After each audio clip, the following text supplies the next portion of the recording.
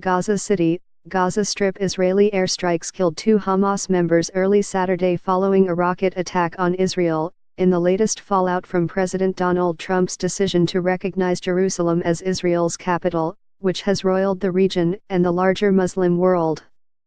The Israeli military said it targeted 4 Hamas facilities in response to rockets fired the previous day, including one that landed in the town of Sderot without causing casualties or major damage. The military said it struck military warehouses and weapons manufacturing sites, after which Hamas said it recovered the bodies of 2 of its men. Israel considers Hamas responsible for all rocket fire emanating from Gaza, which is home to other armed groups. Some residents of Sderot and other border towns spent the night in shelters, fearful of a resumption of rocket attacks from Gaza that have led to 3 Israel-Hamas wars over the past decade. The flare-up followed clashes Friday between Palestinian protesters and Israeli troops in dozens of West Bank hotspots and along the Gaza border. 2 Palestinians were shot dead in Gaza and dozens were wounded in the West Bank. In Jerusalem, prayers at Islam's third holiest site dispersed largely without incident.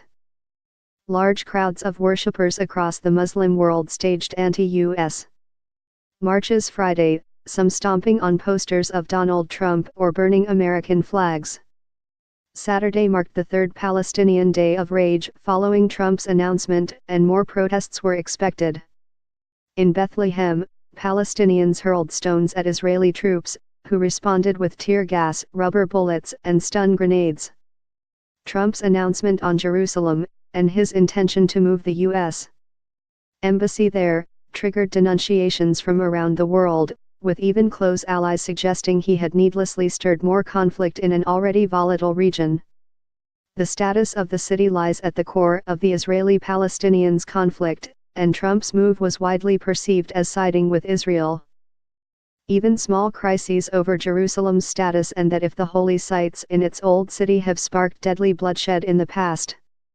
Palestinian President Mahmoud Abbas' Fatah movement and other groups have called for mass protests, while its rival, the Gaza-based Islamic militant Hamas, is calling for a 3rd violent uprising against Israel, though such appeals have largely fizzled as Palestinians have become disillusioned with their leaders.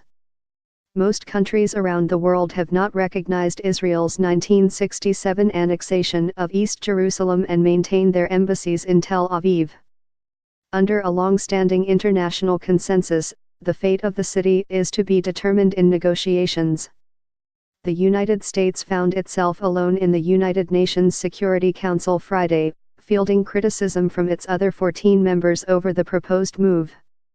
While Trump's announcement was warmly welcomed in Israel as an acknowledgement of its longtime seat of government and the ancient capital of the Jewish people, it was greeted with outrage from Palestinians who considered it a slap in the face and an abandonment of the longtime American role as mediator in the conflict. After 2 decades of halting peace negotiations that have failed to bring Palestinians closer to statehood, some in Abbas' inner circle have begun to speak openly about abandoning the 2-state formula in favor of a single binational state.